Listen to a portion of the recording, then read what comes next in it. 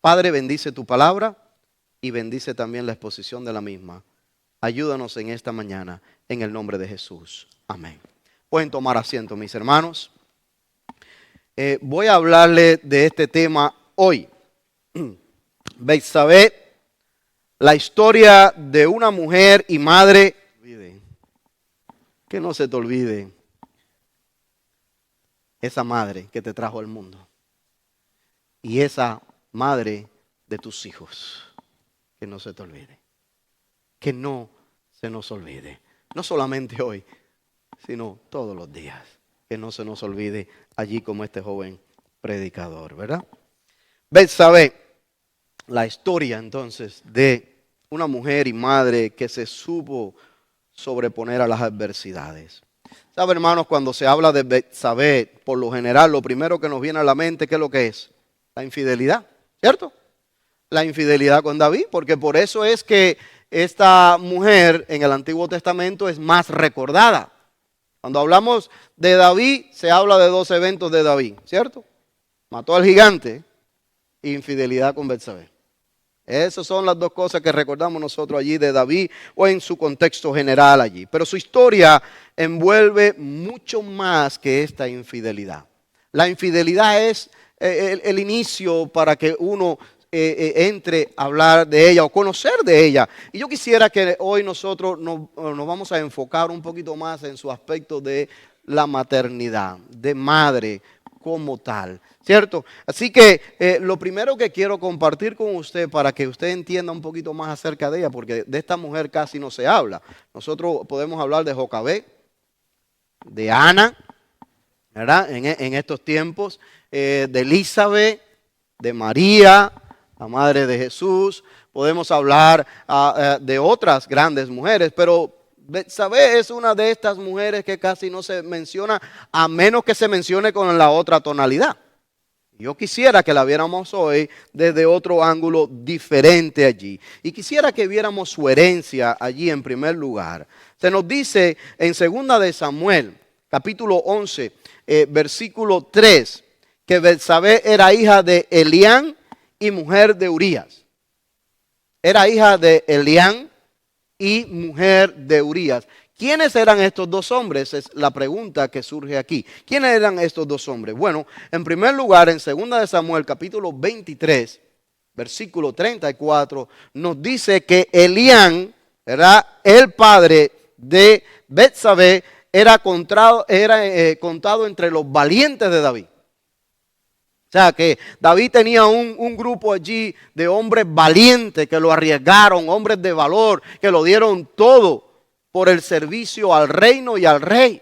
Y eran hombres valorosos y que Dios usaba de una manera especial.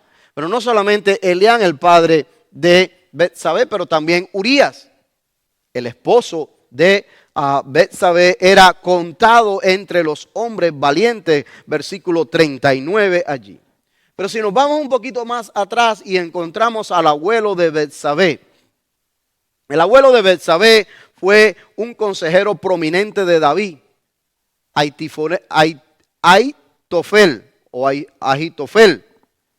¿verdad? Este fue un prominente consejero de David. Lo único que empañó su carrera fue que al final, cuando Absalom se rebela, ¿verdad?, contra el rey David, contra su padre, este consejero sabio del rey se pone del lado de Absalom y da malos consejos y entonces acaba por terminar tristemente ahorcado. Él se ahorca a él mismo, sabiendo que ya su consejo que le había dado a Absalom y después a Adonías tampoco era el consejo que venía de Dios. Pero lo que quiero decir con esto es que era de una familia de servidores del reino. Betsabé venía de esta familia, servidores del reino, temerosos de Dios. Por ejemplo, para que Betsabé y Urías vivieran tan cerca del palacio del rey, tiene que haber sido ¿de qué? Del anillo cercano al rey. O sea, no iba a vivir cerca del palacio del rey a menos que fueran personas de confianza, personas que el rey tenía toda su confianza en ellos, personas de valor, personas allí que apreciaba el rey. Y ellos vivían muy cerca del rey allí. Elián, el papá de Betsabé, significa pueblo de Dios o Dios del pueblo o mi Dios, mi pariente. Y usted sabe que los nombres para el hebreo tienen un significado importante de lo que la persona es. El nombre de Betsabé significa séptima hija o también significa hija del juramento. Y algunos comentaristas bíblicos entienden que tal vez por el nombre que Elián, ¿verdad?, le puso a Betsabé es que sus padres habían hecho algún juramento, algo habían hecho tal vez con el embarazo cuando ella viniese y lo que está involucrado que algunos han visto, no es que tiene que ser así, pero que algunos han visto, es que en ese nombre, hija de mi juramento, estaba envuelto algo profético que vendría después, más adelante. ¿Por qué? Porque nosotros sabemos que por la línea de Betsabé y Salomón viene ¿quién? Nuestro Señor Jesucristo. Nuestro Señor Jesucristo. Así que algunos han visto algo en esto allí. Ahora, esta mujer se vio envuelta en un escándalo con el rey David. Y así es que es recordada muchas veces. Pero hay algo más que podemos decir a su favor y es lo siguiente. Ella tomó un baño en la azotea de su casa. Pero ella tomó el baño donde siempre lo tomaba.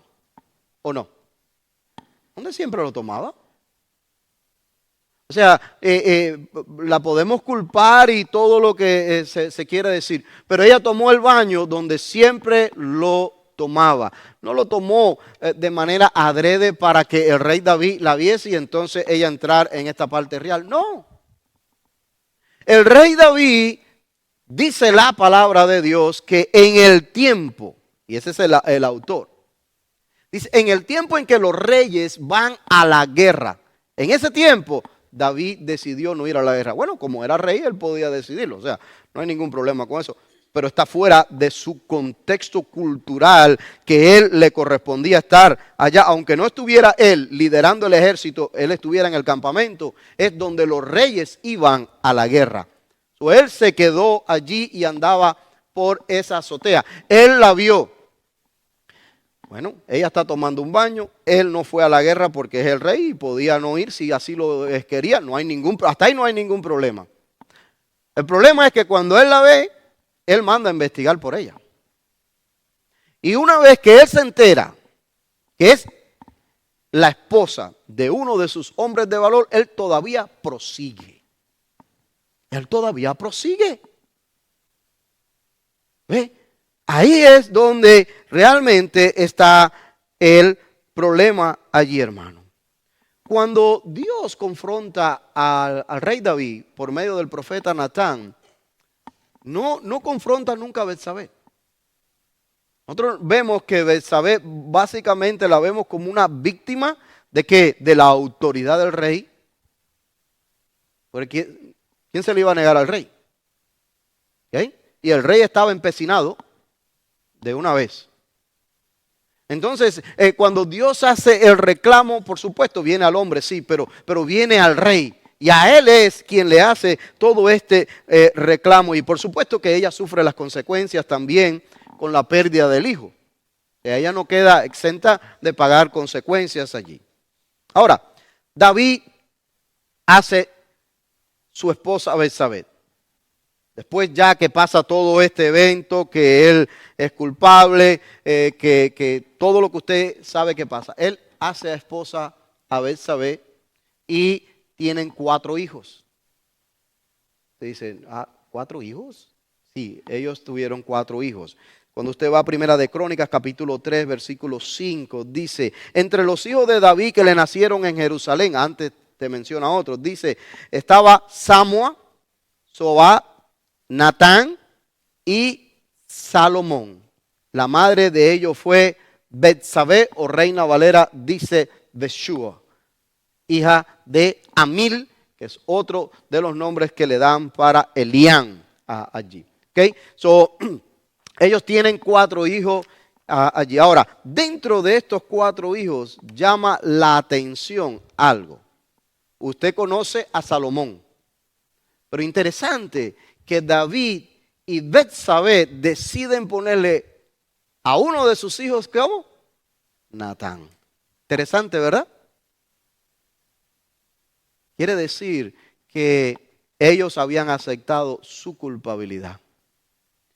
Ellos habían aceptado que el profeta estaba en lo correcto, que el profeta prefirió obedecer a Dios antes que los hombres, que el profeta arriesgó su vida para confrontar al rey, la máxima autoridad. Esto muestra algo de humildad en la vida de ellos. Y decidieron honrar la valentía, la obediencia del profeta Natán, poniéndole Natán a uno de sus hijos. Esto habla de un corazón que fue tocado y transformado allí. Nosotros lo vemos también en las porciones de los Salmos, lo que David expresa con relación a esto allí. Y de Salomón, pues ya usted sabe que fue el sucesor en el trono de David. Fue el próximo rey después de la muerte de David, el próximo rey de Israel. Y por supuesto, dentro de Salomón se pueden decir muchas cosas, pero fue el hombre, después de Jesucristo, el hombre más sabio que ha existido, dice la palabra de Dios allí. Así que 2 nombres interesantes en la línea familiar de ellos. Pero yo quisiera que usted viera lo que este hombre tan sabio hace con su madre, que fue el versículo que nosotros leímos al principio. Y que está aquí de nuevo. Primera de Reyes 2:19. Donde dice: y vino Betsabé al rey Salomón para hablarle por Adonías. Adonías era su medio hermano. Adonías le correspondía el trono por derecho de sucesión. Era el próximo en la línea. Pero Dios había elegido a Salomón, no a él. Y allí había, cuando usted lee el capítulo 1 de Primera de Reyes, se va a encontrar, entonces se va a encontrar toda la historia allí, que usted lo puede leer, qué es lo que había pasado. Entonces, le dieron aviso al rey de que algunos de los profetas y otros de los generales de David estaban apoyando a Adonías. Y dieron aviso a Betsabé y le dijeron: muévete, porque si no vas a ser víctima tú y tus hijos también. Ella se fue y fue a hablar con el rey, con David. Le dijo: ¿sabes qué? Tu otro hijo anda por allá, que lo están haciendo rey y el pueblo tras de él. Y tú dijiste que nuestro hijo era el rey porque Dios así lo había revelado. Y David dijo: así es. Y siguieron las instrucciones de David, fueron y ungieron a Salomón en el arroyo con aceite. El profeta vino para atrás. Todo eso pasa en ese capítulo 1. Entonces Adonías se siente amenazado y dice: bueno, pero ahora si tiene el aval de mi padre, del rey David, ¿verdad? Salomón, pues me va a quitar la vida, ¿verdad? Entonces viene y habla con Betsabé para que interceda por él, para que le dé una esposa. Pero no cualquier esposa, sino una que había sido del rey David, del harén de David. Que eso involucraba simbólicamente, ¿qué es lo que involucraba esto? Yo soy el sucesor. Y en algún momento, mira, la esposa del rey está también en mi esposa. O sea, todo esto, y Salomón lo reconoció y me la dio. O sea, había algo envuelto, y Salomón se da cuenta de esto, por supuesto. Pero yo no te estoy contando esa historia para que veas la pelea entre Adonías y Salomón y nada de eso. Te estoy contando esta historia para que veas la influencia de Betsabé. Por eso te estoy contando esta historia. Porque él viene a hablar con Betsabé y viene allí y le dice: vino Betsabé al rey Salomón para hablarle por Adonías. Porque ella quedó de palabra con él y dice: yo voy a interceder por ti. Y el rey se levantó a recibirla y se inclinó a ella y volvió a sentarse en su trono e hizo traer una silla para su madre, la cual se sentó a su diestra. Imagínense ustedes, mis queridos hermanos, que el hombre más sabio le dio respeto, honra a su madre en la sala del trono, delante de todos sus consejeros, delante de toda esa corte que se reunía allí en el palacio. Él no se quedó en su arrogancia, en su orgullo de ser el rey. Él descendió y se inclinó a su madre. Honra, respeto, de no olvidarse quién fue quien la trajo al mundo, de quién derramó lágrimas por él, de quién sufrió a su lado, de quién caminó con él, de quién estaba dispuesta a darlo todo por ellos. A él no se le había olvidado, aunque estuviera en una posición de autoridad, aunque fuese mayor ya. A él no se le olvidó que Betsabé era su madre y merecía honra. No solamente le dio respeto y honra, sino que mandó a traer una silla y la puso a su diestra, posición de autoridad también. Esa es la influencia que esta mujer tenía en la vida de su hijo. Eso fue una influencia ganada. No fue dada así, eso se la ganó ella. En el día a día, desde chico, creciéndolo en su vida, cuidándolo, protegiéndolo, instruyéndolo en la palabra de Dios, influenciando su vida. Esa mujer tenía esa autoridad dada por su hijo. Cualquiera en la corte allí que hubiese visto esta acción de Salomón con su madre, cualquiera que viese después a Betsabé en cualquier otro evento del reino, le iba a rendir honor y respeto a la madre del rey. Porque comenzó ¿con quién? Con su hijo. Comenzó con su hijo allí. De la vida de esta mujer que llegó a ser la madre del hombre más sabio del mundo, se pueden decir varias cosas. Lo primero es que no dejemos que los errores definan nuestra vida. No dejemos que los errores definan nuestras vidas. La vida nos puede poner en situaciones no buscadas, como es el caso de Betsabé, de las cuales pueden venir consecuencias. Eso es cierto. Malas decisiones traen consecuencias. Pero no nos quedemos allí aplastados, derrotados en el piso. Dios nunca nos va a dejar allí, mis queridos hermanos. Si hubiera sido así por esto, bueno, Betsabé no se hubiera levantado, Eva no se hubiese levantado, Sara no se hubiese levantado, Rahab no se hubiese levantado allí. Ninguna de ellas se hubiera tenido la oportunidad de comenzar de nuevo. Mujer, madre, los errores tienen consecuencias. Sí, eso es verdad.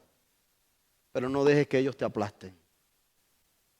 No dejen que ellos te definan.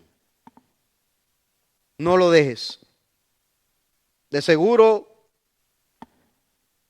las cosas no han salido del todo bien en nuestras vidas como nosotros quisiéramos. De seguro no han salido como nosotros soñamos. Tal vez algunas cosas no han salido como pensamos en el matrimonio.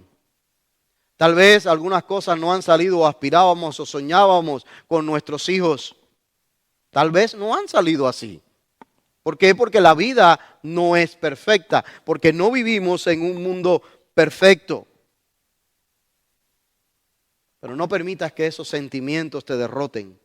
No permitas que ese sentimiento de culpabilidad te paralice para continuar hacia adelante, disfrutando de tus hijos, de tu hogar, de Dios. Dios levanta y Dios extiende gracia. Dios levanta y Dios extiende gracia. Porque ¿quiénes de los que estamos aquí, tanto hombres como mujer, madre, padre, no ha cometido errores? Todos. La vida de Betsabé sí hubo error. Tal vez no buscado, no estábamos ahí, solo tenemos la referencia de la Biblia, lo que nos dice. ¿Hubo consecuencias? Sí hubo consecuencias, usted y yo la sabemos. Hubo la muerte de un niño, de ese embarazo. Pero eso no los detuvo para quedarse ella allí, lamentándose el resto de su vida allí. La gracia de Dios está dispuesta, está lista para personas pecadoras, imperfectas, arrepentidas, que desean una nueva oportunidad. Que desean una nueva oportunidad. Esa gracia está allí, mis queridos hermanos. Las madres cristianas en ocasiones se sienten que no han alcanzado el estándar de la mujer de Proverbios 31, ¿cierto? Y eso les trae presión. Dice, no, imagínense, para llegar a Proverbios 31, ¿cuándo? Eso, inalcanzable. Pues eso es una guía como el Salmo 23, perdón, la de oración. Es el ideal. Es bueno que pudiésemos llegar allí. Pero es el ideal. En ocasiones se puede llegar uno a pensar que nuestro matrimonio fracasó porque no fui una esposa perfecta. Que los hijos se desviaron porque no fui una madre perfecta. Y a veces todo eso nos maltrata allí en la conciencia, nos sacude, nos hiere. Y a veces, hasta por nuestra imperfección, entran sentimientos de culpabilidad. Si hubiera hecho esto, si hubiera hecho lo otro, si no hubiera hecho aquí, si no hubiera hecho allá, etcétera, etcétera. Pero yo quiero decirte algo basado en lo que yo veo en la Escritura, basado en la vida de estas mujeres y la vida de otros hombres, también en contexto general, que si fuese por tu perfección, mi perfección, nuestra perfección, ninguno de nosotros pudiera mirar a Dios y ser salvos. Ninguno. Nadie pudiera hacerlo. Porque ninguno lo somos, hermano. Es solo por la gracia de Dios, por su misericordia, por su amor. Nosotros podemos influenciar. Nosotros podemos dar ejemplo. Nosotros debemos orar sin cesar. Pero la salvación es de Dios. La salvación es de Dios. No sigas cargando con esa culpa. Si Cristo te liberó, eres libre. Eres libre. Eres libre. Escribe un nuevo capítulo diferente. Betsabé escribió un capítulo diferente después. Y muchas de estas otras mujeres que le mencioné al principio escribieron un capítulo diferente en sus vidas porque aprovecharon algo que les voy a compartir allí.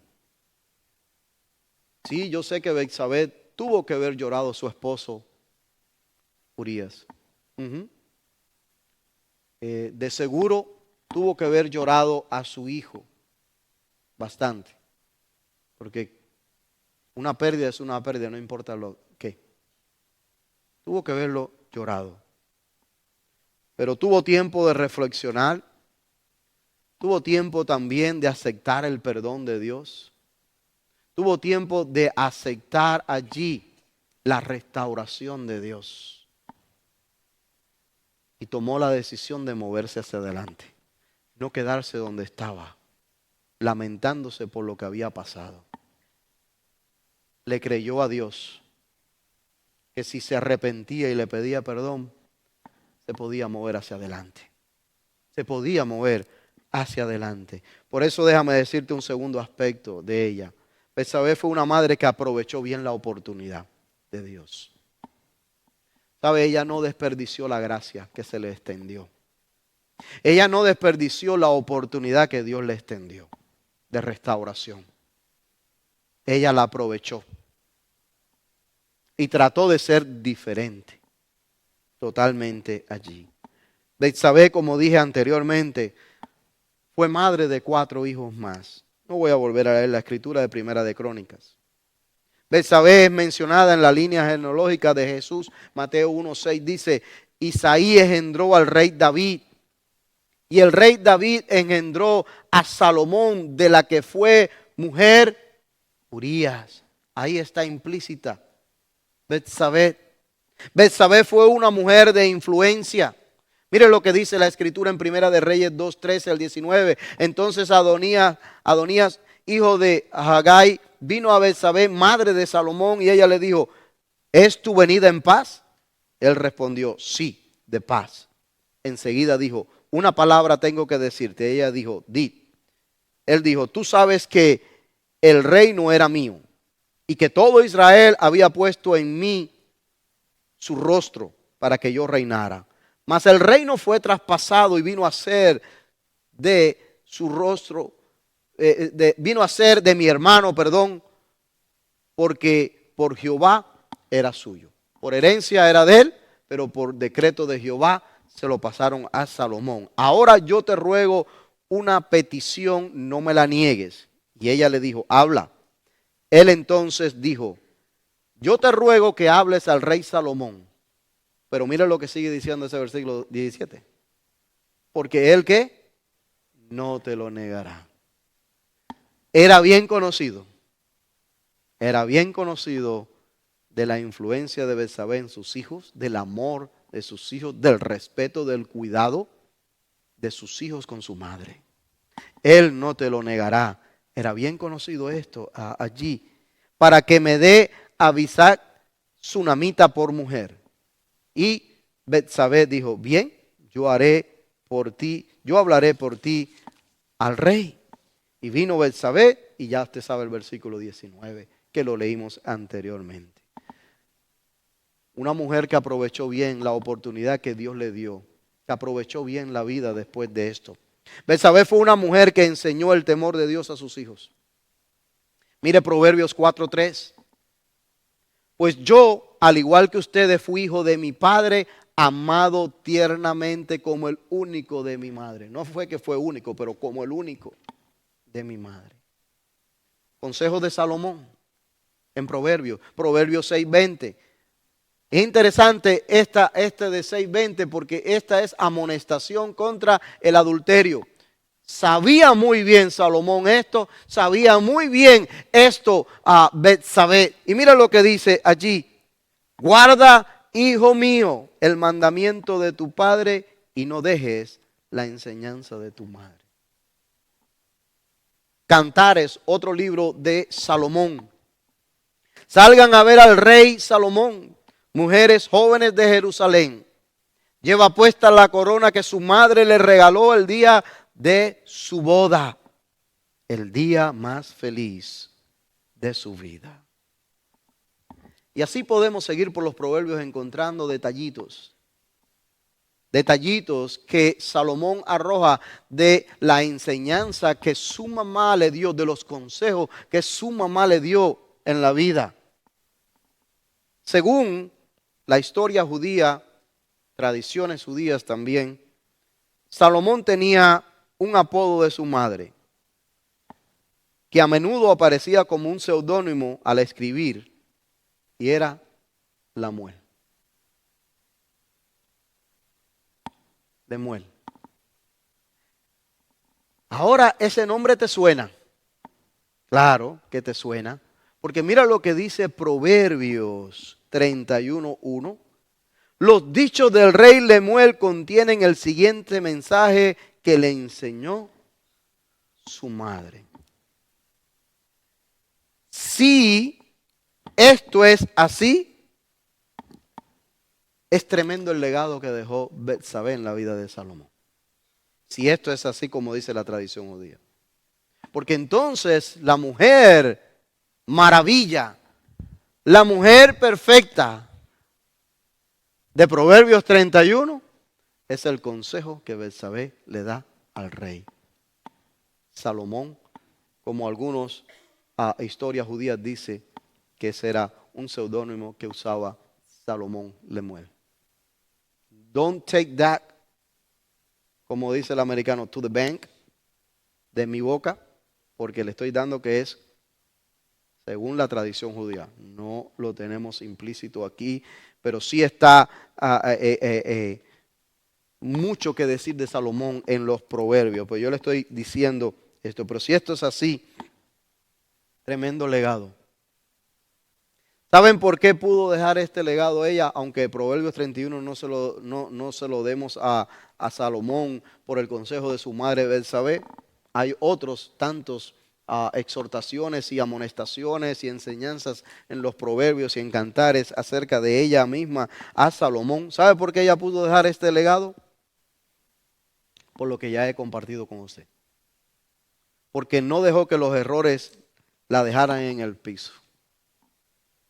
Se sobrepuso y salió adelante con sus hijos, aún después de la muerte de su esposo, el rey David. Porque usted se imagina todo la tensión, la presión que había entre todos esos hijos, que unos querían el reinado, que otros, y esta madre con su hijo ahora desprotegida porque ya el rey no vivía.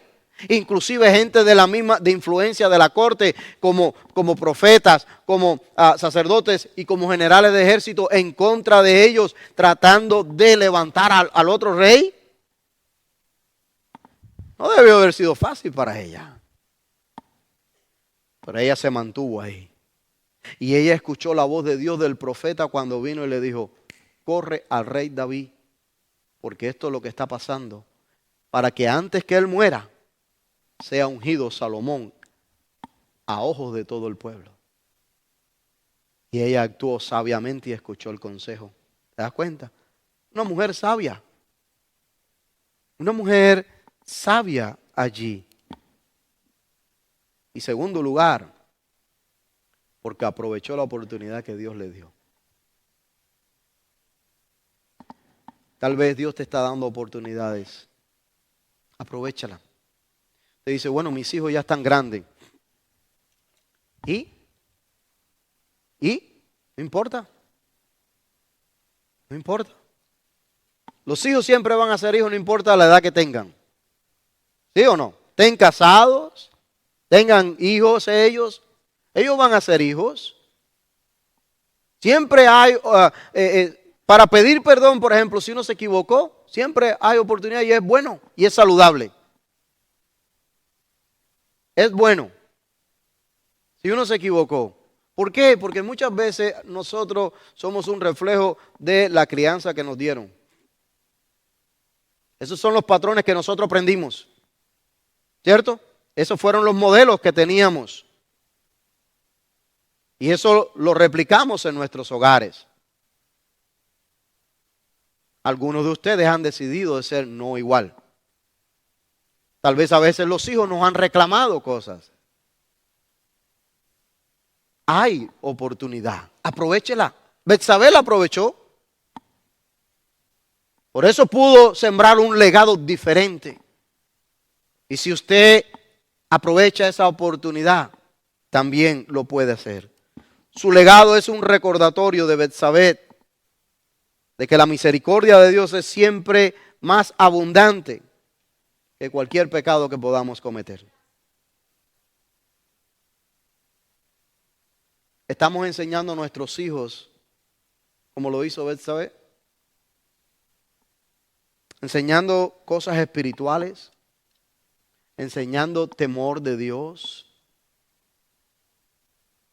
enseñanzas sobre experiencias prácticas de la vida diaria, personal, social, etc.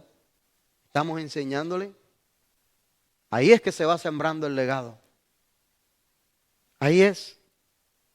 La historia de Betsabé como madre es una hermosa imagen de Dios mostrando su amor, su perdón, restauración, redención.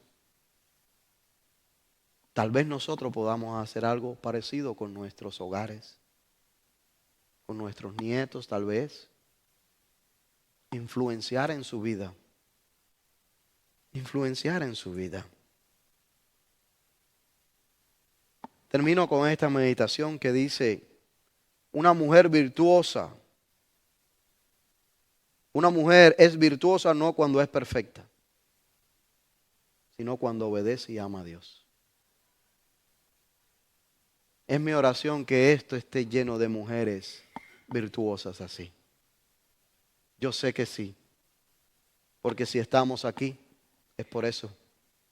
Es por eso, porque estamos buscando agradar a Dios, porque deseamos servirlo, amarlo, adorarlo con todo nuestro ser. Yo te exhorto en el nombre de Jesús. Sigue esforzándote.